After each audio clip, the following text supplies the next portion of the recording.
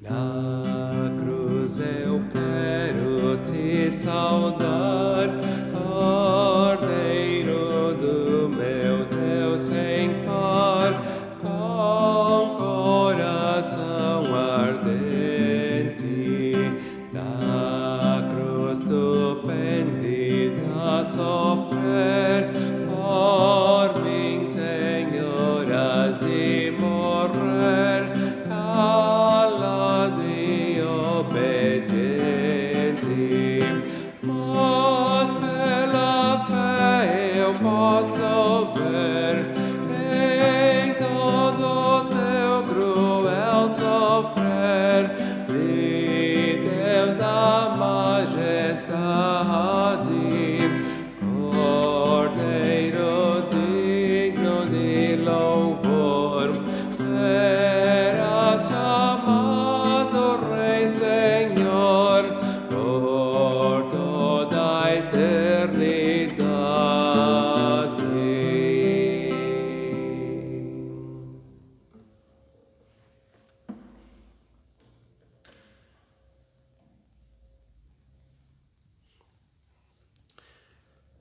E do modo por que Moisés levantou a serpente no deserto, assim importa que o Filho do Homem seja levantado, para que todo o que nele crê não pereça, mas tenha a vida eterna.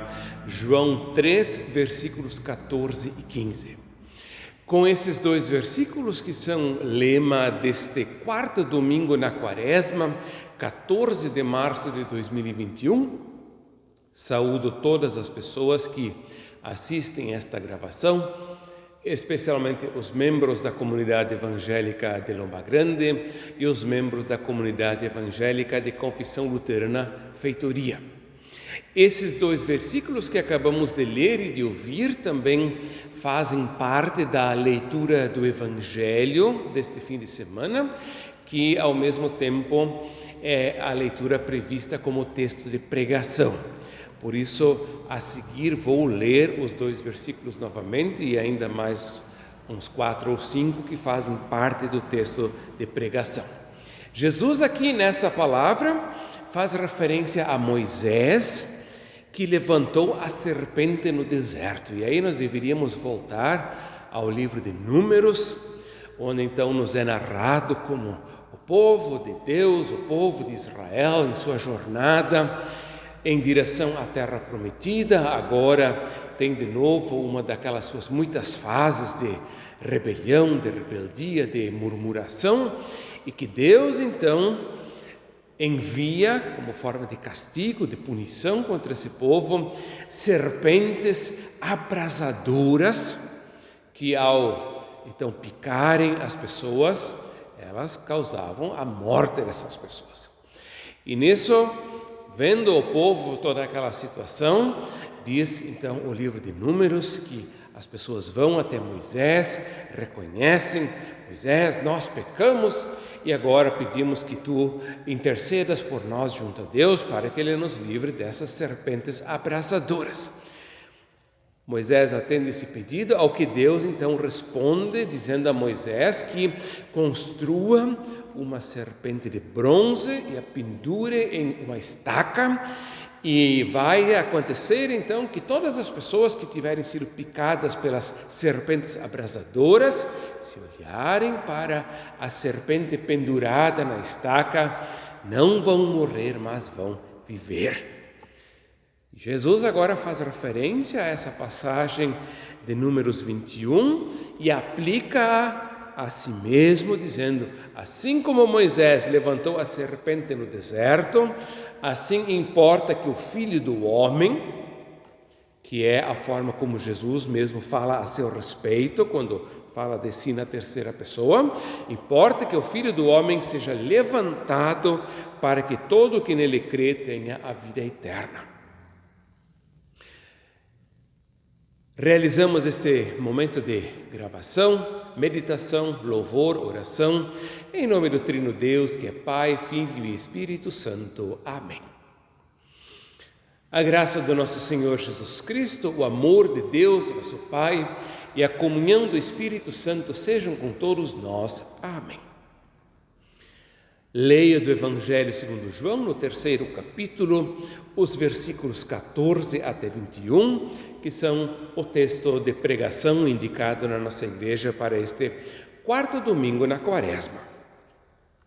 Jesus diz: "E do modo por que Moisés levantou a serpente no deserto, assim importa que o Filho do Homem seja levantado, para que todo o que nele crê tenha a vida eterna. Porque Deus amou ao mundo de tal maneira que deu o seu Filho unigênito, para que todo o que nele crê não pereça, mas tenha a vida eterna. Porquanto Deus enviou o seu Filho ao mundo, não para que julgasse o mundo, mas para que o mundo fosse salvo por ele. Quem nele crê não é julgado, o que não crê já está julgado, porquanto não crê no nome do unigênito Filho de Deus. O julgamento é este, que a luz veio ao mundo e os homens amaram mais as trevas do que a luz, porque as suas obras eram más. Pois todo aquele que pratica o mal aborrece a luz e não se chega para a luz, a fim de não serem arguidas as suas obras. Quem pratica a verdade aproxima-se da luz, a fim de que as suas obras sejam manifestas, porque feitas em Deus." Até aqui a palavra de Deus. Queridos irmãos, caras irmãs, de modo porque Moisés levantou a serpente no deserto, importa que o Filho do Homem seja levantado.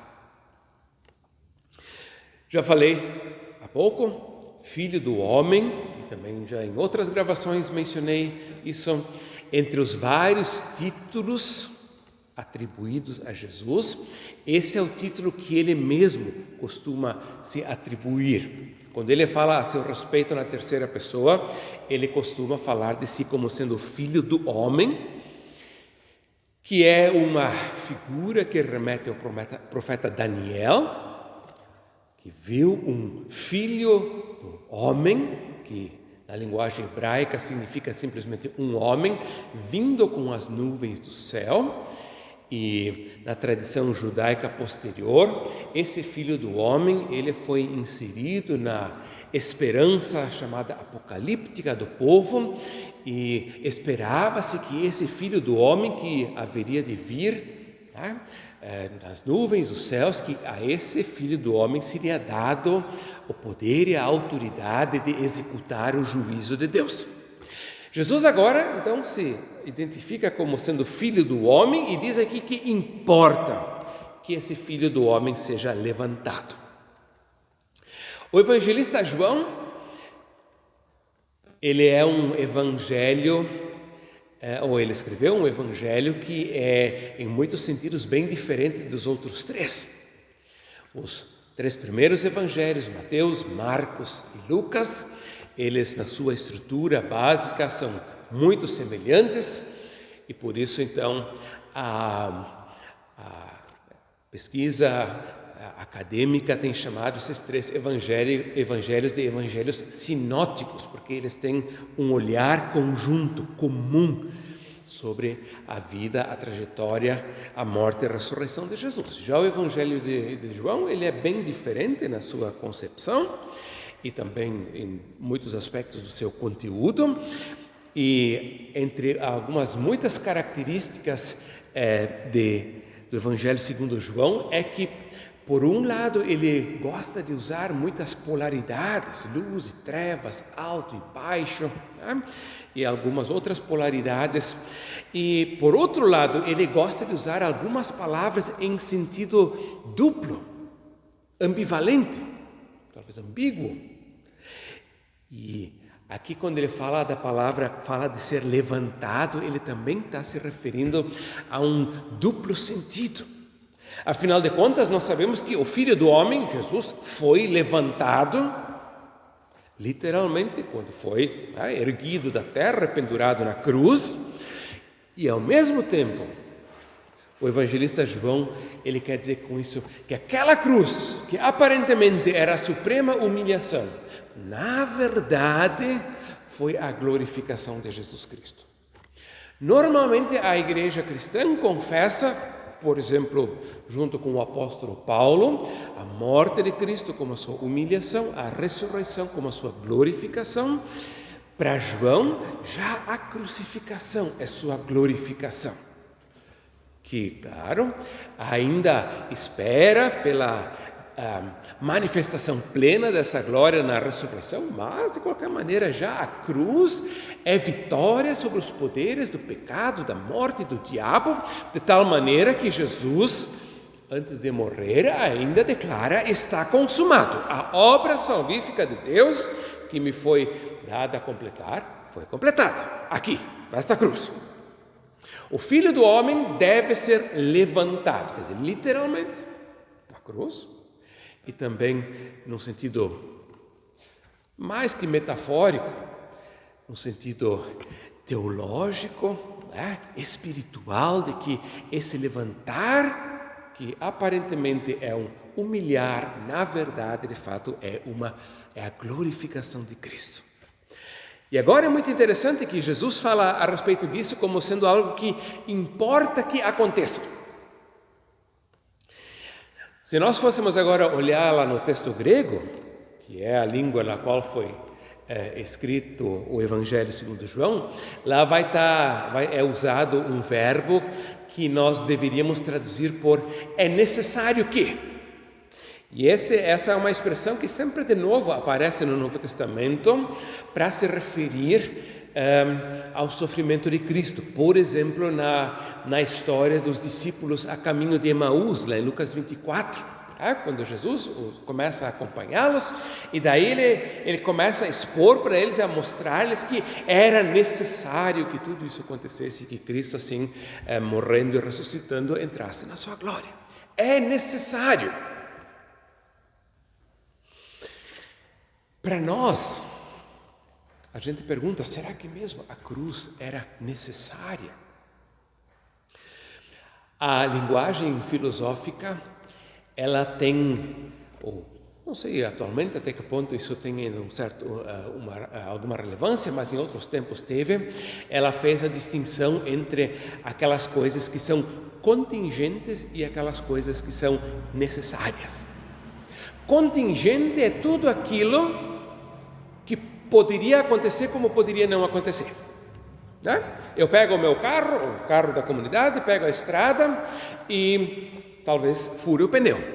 Pode acontecer como pode não acontecer. A gente não sabe.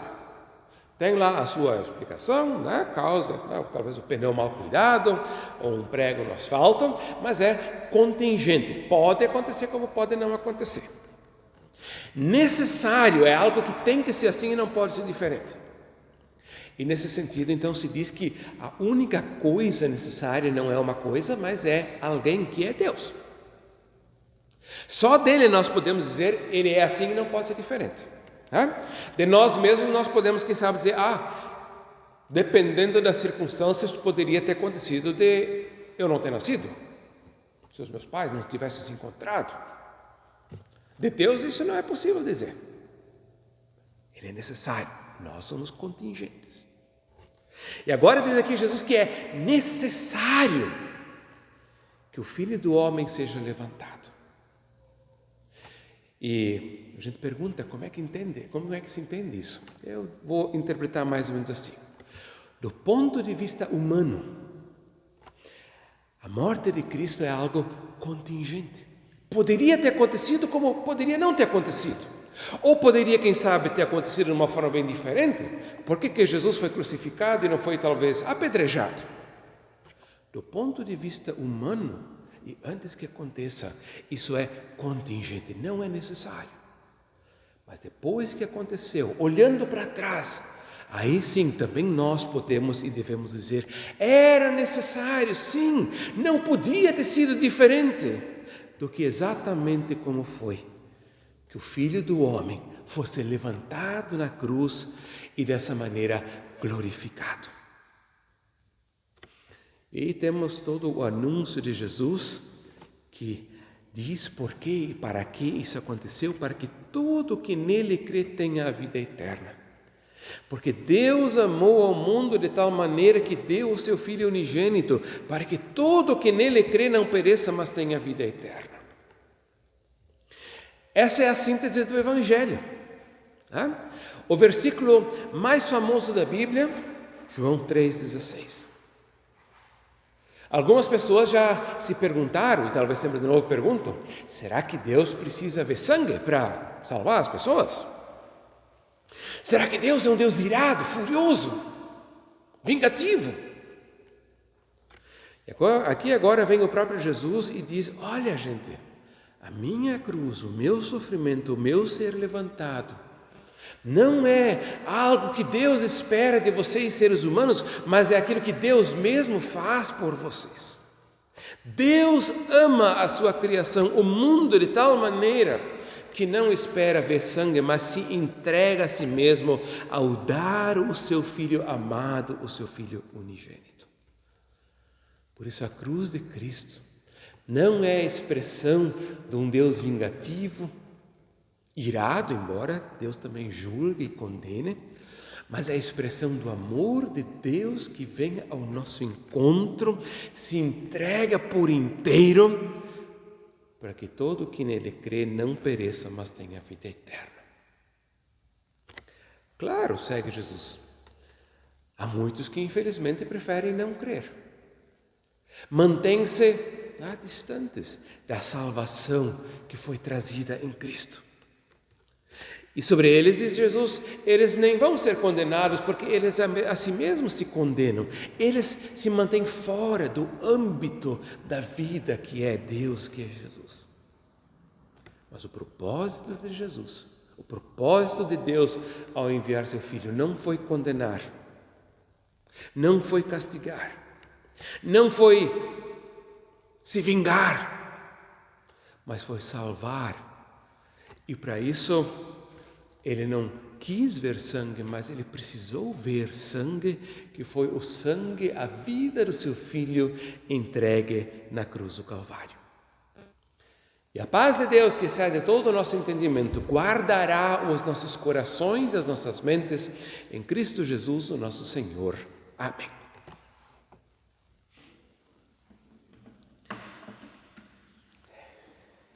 Cantei no início a primeira estrofe do hino número 413 do livro de canto da SLB, Na Cruz Eu Quero Te Saudar, que nessa primeira estrofe dizia assim, mas pela fé eu posso ver em todo o teu cruel sofrer, de Deus a majestade.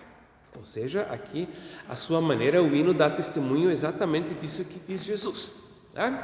Que na cruz, aquilo que é a suprema humilhação, na verdade, acontece glorificação, revela-se a majestade de Deus. E agora a segunda estrofe segue meditando sobre esse sofrimento de Cristo e sobre o nosso pertencimento a esse Senhor que por nós sofreu. Seguir-te quero em morte e dor, tu que és da salvação, Senhor, nada de separar-nos. À nossa frente queres ir, e assim segura via abrir aos crentes teus amados, por seres obediente assim, tudo é possível para mim, já que por mim morreste, não temo a morte no sofrer, por toda a vida e de saber que tu, Senhor, venceste.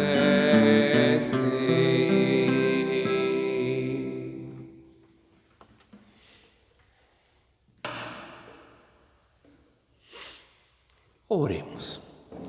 Bondoso Deus, nosso Pai, graças rendemos pela Tua Palavra, pelo Evangelho de Jesus Cristo, esse Evangelho que é teu próprio Filho unigênito, teu Filho amado que entregaste por nós, que foi levantado na cruz a fim de que todo que nele crê não pereça, mas tenha vida eterna. Preserva em nós, alimenta em nós a fé em Jesus Cristo. Que permaneçamos unidos a Ele e, por meio dele, unidos a Ti. Guarda-nos esse tempo da Quaresma, que sigamos meditando nesse sofrimento de Cristo e assim sendo alimentados na gratidão, na alegria, na fé, na esperança e no amor. Nós confiamos em Tuas mãos, sempre de novo nesses dias difíceis, de preocupação, de temor, de doença e sofrimento para tantas pessoas. Pedimos que nos ajudes e que nos concedas que possamos ajudar-nos mutuamente e que possamos também nos portar de forma responsável pelo nosso próximo e também cada qual pela vida que nos foi dada.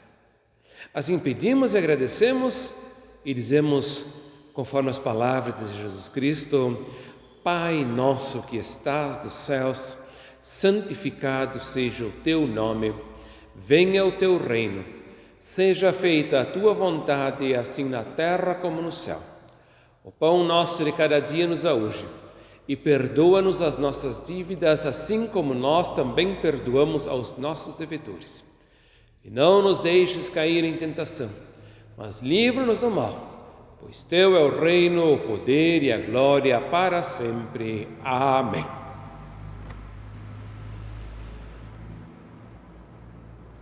E a paz de Deus, que excede todo o nosso entendimento, guardará os nossos corações e as nossas mentes em Cristo Jesus, o nosso Senhor. Permaneçam todos na paz do nosso Deus, que é Pai, Filho e Espírito Santo.